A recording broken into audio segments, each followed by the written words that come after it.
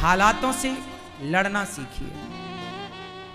भगवान से ये मत कहा करो हे भगवान हमारे जीवन में दुख ना आए, कहो हे विधाता हमारे भाग्य के सारे दुख हमें दो, पर जब दुख देना तो उन दुखों से लड़ने की शक्ति आप कृपा करके दीजिएगा। हम उन दुखों से लड़ सकें, भागे ना, उन हालातों से भागे ना, डट के उनका सामना करें, वो शक्ति दो और हमारे किस्मत का दुख आने दो, हम तैयार हैं लेने को। कब तक इग्नोर करेंगे दुखों को? वो दुख भी जो तुम्हारी किस्मत में है वो भी तुम्हारा ही बोया कांटा है, जो जैसा करेगा वो वैसा भरेगा। ये जो कर्मों की खेती है ना, ये कर्म कभी पीछा नहीं छोड़ते। आप यदि आपका समय यदि अच्छा है तो ये आपके पुण्यों का फल मिल रहा है, और आपका समय बुरा है तो ये आपके पापों का फल है पाप और पुण्य, बाकी कुछ नहीं। इसलिए हम कहा करते हैं दोष ना दो किसी को कि तुम्हारे कारण दुख मिला, तुम्हारे कारण। दुर्योधन का सर्वनाश हो गया, धृतराष्ट्र का सर्वनाश हो गया, बताओ जिम्मेदार कौन है? गांधारी मैया ने भगवान को श्राप दे दिया, कन्हैया तुम चाहते तो हमारा परिवार बच जाता, हमारे बच्चे बच जाते, जाओ हम तुम्हें श्राप दे रहे हैं कि जैसे हमारे बच्चे आपस में लड़के मर गए ऐसे तुम्हारा वंश भी आपस में लड़के मरेगा। गांधारी माता ने भगवान को बेवजह श्राप दे दिया। अच्छा एक बात बताओ, धृतराष्ट्र का सर्वनाश हो गया, कौन जिम्मेदार है? उत्तर दो, कौन? कौन? जोर से, जोर से, कौन? खुद धृतराष्ट्र। क्यों? क्योंकि धृतराष्ट्र तो राजा थे ना, और राजा के सामने एक महिला के कपड़े उतारे जा रहे थे द्रौपदी के, वो चिल्ला रही है बचाओ, तब तुम्हारे कान में आवाज नहीं गई? बहरे हो गए थे तब तो तुमने रुई डाल रखी थी कान में, सुनेंगे नहीं।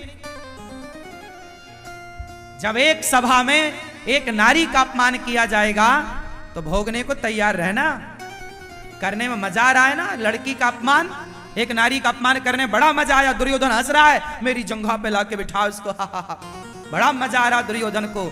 अभी सर्वनाश होगा तो और मजा आएगा। ईश्वर के घर देर है, जो तुम दूसरों का तमाशा देखते हो ना, सब्र रखो, बुरा करने से बचना मेरी मां। जगत देखे ना देखे, जगन्नाथ देख रहे हैं।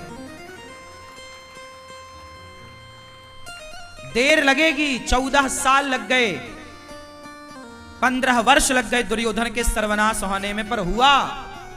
द्रौपदी की साड़ी जिस दिन उतारी गई उस दिन से, उस तारीख से 15 वर्ष के अंदर दुर्योधन का सर्वनाश हो गया। 13 साल का तो वनवास था पांडवों का, वो 13 गिन लो। 1 साल बात समझाने में बनाने में लगी, शांति दूत बनकर गए, तैयारियां युद्ध की हुई, 15-20 साल युद्ध हो गया, 18 दिन में काम तमाम कौरवों का। बड़ा मजा आ रहा था ना द्रौपदी के कपड़े उतारने में। दुशासन उतार दो कपड़े, उतार बेटा उतार। जब ईश्वर तेरे उतारेंगे तब अक्कल आएगी। ये इतिहास के पन्ने पूजा करने को नहीं है जो तुम महाभारत और गीता की पूजा करती हो मेरी मां। पूजा करने से काम ना होगा, निकाल कर पढ़ा करो इतिहास को, पुराणों को, जो लिखा है उस लिखे हुए को समझो। और जो गलतियां इतिहास में दुर्योधन ने करी, कर्ण ने की, शकुनी ने करी, मंथरा ने की, कैकेयी ने की, वो गलतियां तुम मत दोहराओ। वो गलतियां दोहराओगे तो फिर तुम्हारे जीवन में एक महाभारत खड़ा होगा। ये इतिहास सबक है, सिखा रहा है, गलती ना करना। आजकल के लड़के क्या कर रहे हैं? लड़कियों को कुछ लड़के छेड़ रहे हैं। इन लड़कों को जरा बताओ कि रावण ने छेड़ी थी, सर्वनाश हो गया। तुम्हारी औकात क्या रावण से ज्यादा है? इतिहास से तुमने कुछ सीखा नहीं?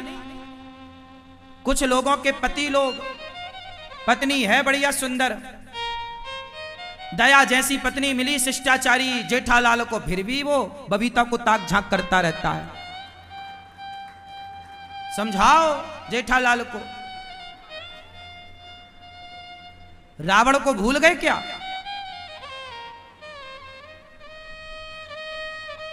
जो अपनी पत्नी को छोड़कर दूसरी की औरत ताक झांक करे, ऐसे लोगों को रावण के बारे में सुनना चाहिए कि रावण भी अपनी मंदोदरी को छोड़कर और पराई औरत को उठा के ले आया।